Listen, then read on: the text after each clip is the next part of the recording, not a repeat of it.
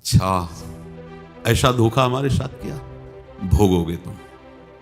ये जो निकलता है ना भोगोगे, ये अकाट्य होता है। क्योंकि किसी का भी हृदय, मान लो किसी भी जीव जंतु को आप कष्ट दें और उसका हृदय आह भर जाए, तो वो आह वज्र की लीक है, तुम्हें भोगना पड़ेगा। वो आह किसी की ना लेना जिंदगी। कोई ऐसा काय कोई आह भर करके कह दिया तुम समर्थ हो, हम तो कुछ कर नहीं सकते, वो अंदर से दुखी, फिर तुम्हारी सामर्थ्य काम नहीं करेगी, मिट्टी में मिला देगी। ऐसा नहीं कि आप जो कर रहे हैं कोई देख नहीं रहा, कोई हिसाब किताब नहीं, जो कर रहे हैं अवश्य में भोक्तव्यम, बहुत सावधान।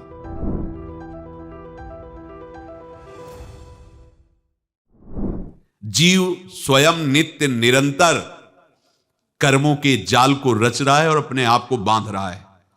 आपको मुक्त होना है, बंधना नहीं है। जीव का जन्म कर्मों के अनुबंध से होता है, कर्मों के बंधन से होता है, और उसको अपना ऋण चुकाना होता है। कर्मानुबंध ये बहुत सूक्ष्म विषय है। जैसे आप जिस परिवार में जन्म लिए हैं, तो उस परिवार के लोगों से आपका ऋण है, इसलिए उसी परिवार में आप आए हैं। और ऋणानुबंध, उसको बिना चुकाए या बिना वसूल किए आप वहां से जाएंगे नहीं। आपको लेना है तो वसूल करना है, और देना है तो चुकाना है। ये पूर्व के जन्मों से निश्चित किया गया है। जैसे किसी के यहां पुत्र हुआ, जन्म से ही पैसा खर्चा शुरू हुआ, जो बड़ा हुआ तो उद्दंडता के द्वारा मार पूरे परिवार को क्लेश पर क्लेश देता चला जा रहा है। ये तुम्हारे कर्म का फल है। या ऐसे शक्तिहीन बुद्धिहीन ऐसे पागल पूरे जीवन सेवा करो, तुमसे अपना हिसाब चुकाने के लिए वो आया है। अब परिवार के जो सदस्य जुड़े आके, मतलब पत्नी आते ही पूरी हृदय में आनंद, परिवार में आनंद, और जीवन भर वो आनंद ही सुख देने के लिए उसका जन्म हुआ। वो अपना ऋणानुबंध मुक्त, और आते ही भयंकर क्लेश खड़ा कर दिया, बीच में दीवार और झगड़ा वैसा, फिर अतरे दिन मारपीट शुरू, कलह अशांति, पूरा जीवन नरक हिसाब करने आए। यहां ऋण चुकाए बिना कोई जा नहीं सकता, ऋण चुकाना पड़ेगा। किसी का ऋण वसूल करना है तो किसी को ऋण चुकाना है, दोनों काम करने होते हैं। अनेक जन्मों में अनेक लोगों के साथ हमने जो बर्ताव किए हैं, अच्छे या बुरे, वो होंगे। अब किसी आदमी को हम जानते नहीं, अचानक मिला, अचानक टक्कर लगाओ, मार पीट गाली गुप्ता सब कर दिया, चुपचाप सह लो। क्यों? ये आपका हिसाब है, पूर्व का हिसाब। हमारा उससे कोई द्वेष नहीं, कोई संकल्प नहीं। अचानक घटना घटी और हमसे द्वेष करने लगा, हमें पीटने लगा, हमें गालियां दे, ये हिसाब है, चुपचाप सह जाओ। अपने घर का भाई ही भारी दुश्मन बन गया और क्लेश, हिसाब है। एक प्रभुदत्त ब्रह्मचारी जी की वाणी में पढ़ा था, एक महात्मा जी भ्रमण करते थे, तो उस समय असरफियां चलती थी, मोहरे असरफियां, तो उनको भेंट में देते लोग। तो या तो ठाकुर सेवा में लगे तत्काल, या संत सेवा में तत्काल लगे, उसका संग्रह करके डोलना ये ठीक नहीं है। बैरागी के लिए सिद्धांत में ये ठीक नहीं है। तो जब 2, 4, 6, 8 ऐसे मोहरे हुई, तो उन्होंने विचार किया कि और भ्रमण करके जब काफी मोहरे हो जाएंगी, तो प्रयागराज में जब कुंभ पड़ता है, एक बार पूरे सब अखाड़े के संतों को, अलग अलग संप्रदाय सब संतों को बुलाएंगे और सबको पाएंगे। अब साधु है तो यही विचार करेगा, और क्या विचार करेगा। तो उन्होंने एक ऐसे डंडा बनवाया, बेंत, जो ऊपर से चूड़ीदार और भीतर पोला, और मोहरे उसमें डालते गए। और भ्रमण, जहां जहां श्रद्धालु भगत थे सबके यहां जाना, और इच्छा रखना कि एक मोहर तो दे ही दे दक्षिणा में। कामना कोई भी हो वो बांधती ही है, ध्यान रखना। इसीलिए प्रभु जो चाहे वो करे, अपनी चाह नहीं रखनी चाहिए, अपनी चाह प्रभु की चाह में मिला देनी चाहिए। धीरे धीरे वो छड़ी भर गई।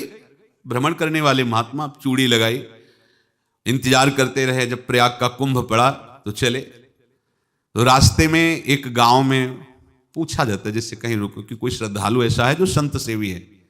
तो कुछ लोगों ने बताया, हाँ एक परिवार है बहुत संत सेवी है, और आपको मिलाते हैं उनसे। हाँ ये महाराज, घर में रुका, खूब अच्छा हलवा पूड़ी पवाया, और जो घर के मालिक थे चरण दबाए। चरण दबाते दबाते उनकी दृष्टि पड़ी उस डंडे पे, इतना मोटा और ऊपर से कुछ चूड़ी सी भी नजर आ रही, इस डंडे में तो कोई रहस्य है ही है। अब महात्मा जी को खवा पिला के सुला दिया। महात्मा जी जब सो गए तो पत्नी से धीरे से कहा, वो डंडा लाओ बाबा जी का डंडा। अब वो चूड़ीदार जो ही खोला पलटाया तो सैकड़ों मोहरे। ऐसे संत रोज पधारे भगवान, तुम आनंद हो जाए फिर क्या। पत्नी से कहा, नाप के कंकड़ लाओ। अब वो तो महात्मा जी तो खाए खीर पूड़ी, आराम से सो रहे। रात में पूरी प्लानिंग करके उसमें कंकड़ भर के चूड़ी लगाकर सिराने रख दिया, सारी मोहरें हटा ली। महात्मा जी आराम से छड़ी उठाए तो वजन पक्का। वैसे बड़े लोग चतुर होते हैं, पर ये नहीं जानते कि कर्म कितना भयानक होता है। और उनकी कोई संतान नहीं थी, पर धन में इतना प्रेम उनको था। बहुत सावधान साधु महात्माओं के पास जो अर्थ है, गृहस्थी अगर आता वहीं से है, पर अगर उसको जोर जबरदस्ती या किसी छल कपट से, तो वो उसका विनाश ही करता है। आज तक का प्रमाण है। अब उनको ये भाव पता नहीं होगा, या पता होगा तो लोभ के कारण वो उसको मान नहीं पाए होंगे। महात्मा जी गए प्रयाग में, किसी अखाड़े पर रुके और वहां प्रार्थना की कि कल जो है संपूर्ण अखाड़ों का निमंत्रण किया जाए और सब संतों को भोग पवाया जाए, उनको दक्षिणा भी दी जाए। महंत ने सोचा कि बहुत बड़ा है तो उत्सव है, क्योंकि प्रयाग में कितने हजारों संत महात्मा सब। तो उनका महाराज बोरों इसमें चीनी और टीनों घी लगेगा, सब व्यवस्था। बोले आप मंगाइए, एक एक हिसाब हम करेंगे, हमारे पास सब व्यवस्था है। बोले कुछ तो पहले दे दो, इकट्ठे देंगे हम। उनको था कि अगर हम छड़ी खोला और दो चार मोहरे दी, किसी को पता लग गया तो गड़बड़ हो सकती। बोले हम भंडारे के समय आखिरी में सब कुछ आपको दे देंगे। ठीक है। वो अपने पास से पैसे लगाकर खूब जितना सामग्री सब लाए, लाखों की, और सब संतों को निमंत्रण कर दिया।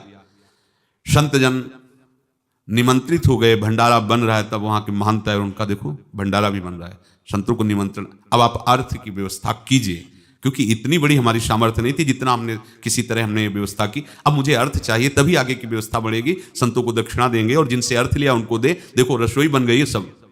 उनका छत में विश्वास नहीं तो ये अभी चूड़ी खोली। उनको तो था ना कि मोहरे हैं कंकड़।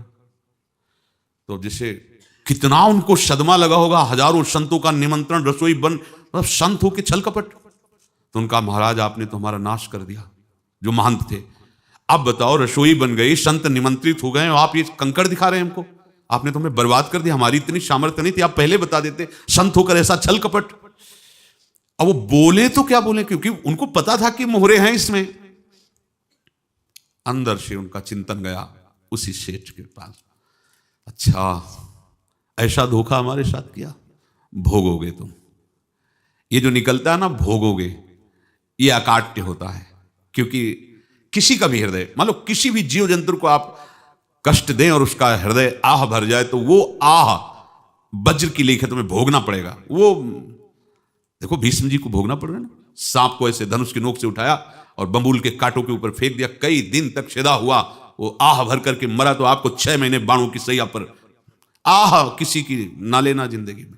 कोई ऐसा कोई आह भर करके कह दिया तुम समर्थ हो, हम तो कुछ कर नहीं सकते, और अंदर से दुखी, फिर तुम्हारी सामर्थ्य काम नहीं करेगी, मिट्टी में मिला देगी।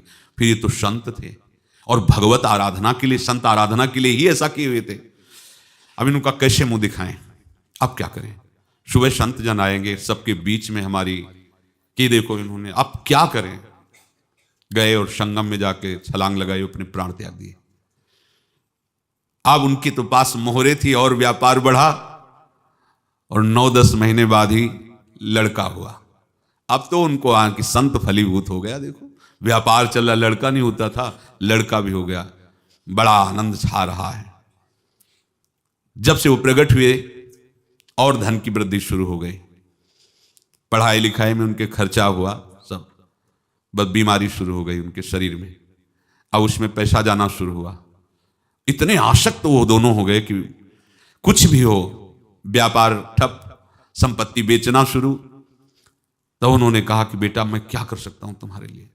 बोले हमारी अंतिम इच्छा है, प्रयाग चलो और जितने प्रयाग में संत महात्मा सबको एक बार भंडारा करवाओ। हमारी इच्छा अंतिम है, क्योंकि अंतिम यही इच्छा थी। तो बोले अब ज्यादा संपत्ति तो नहीं रह गई। तो बोले घर बेच दो, मेरे लिए ही तो है, बेच दो। मुझे लगता है मैं बचूंगा नहीं, पर मेरी अंतिम इच्छा पूर्ण कर दो। घर बेच दिया, जेवर बेच दी। वहां गए, जब संत सेवा की तो बोले मुझे संगम तक ले चलो।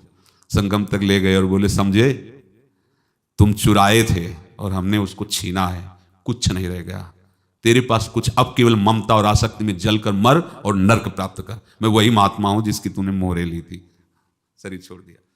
महात्मा को जन्म लेना पड़ा और इनको दुर्गति भोगनी पड़ी। ऋणानुबंध होश में, ऐसा नहीं कि आप जो कर रहे हैं कोई देख नहीं रहा, कोई हिसाब किताब नहीं, जो कर रहे हैं अवश्य में भोक्तव्यम, बहुत सावधान।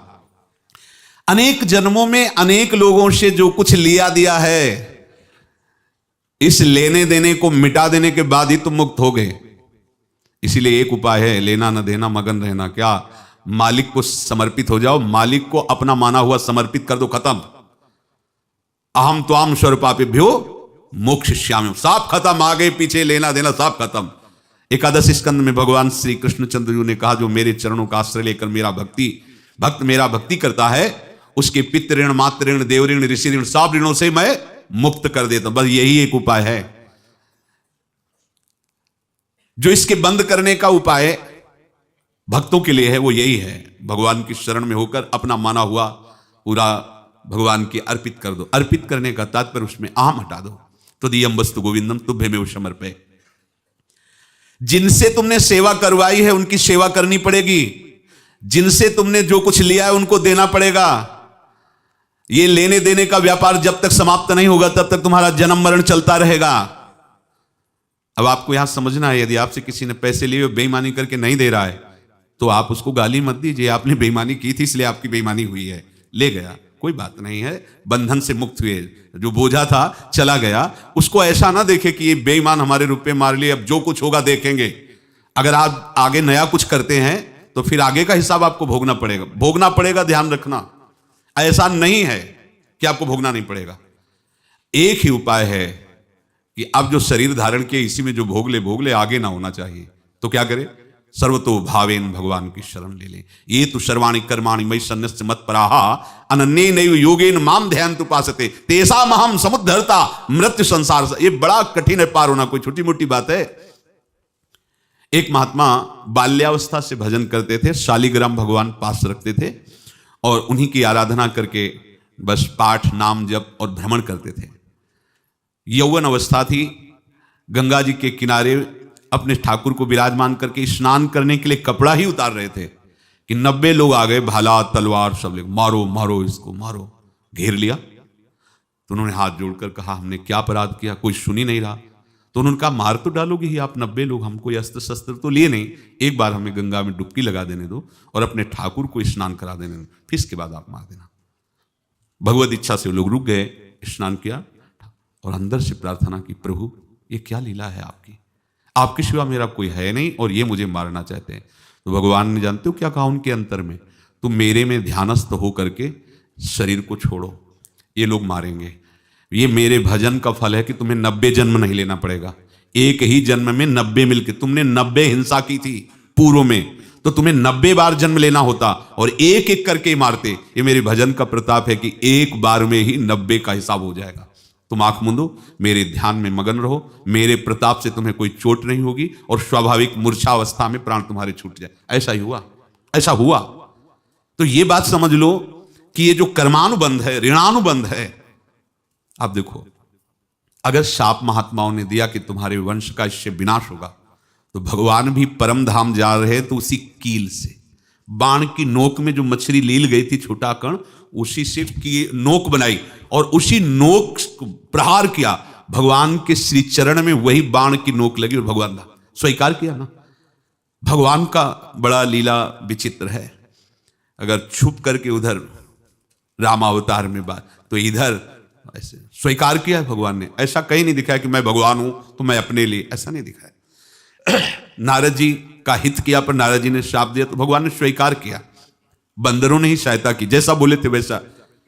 ये लीला इस शरीर में भोगनी पड़ेगी। हाँ, ज्यादा को कम में भुगता देंगे, पर अब अगला शरीर ना मिले इसके लिए सर्वतो भावेन भगवान के आश्रित हो जाए। जैसे आपने दुकान फैला रखी है तो उसमें दो काम होते हैं, लेना और देना। किसी को उधार दिया है तो हमें उससे लेना है, और कोई नगद देकर सामान ले रहा है तो उसे सामान देना है, या उधार लिया है तो हमें उधार देना है। अब अगर दुकान बंद करनी है तो तुम्हें देने वालों पर जोर देना है, लेने वालों पर जोर नहीं।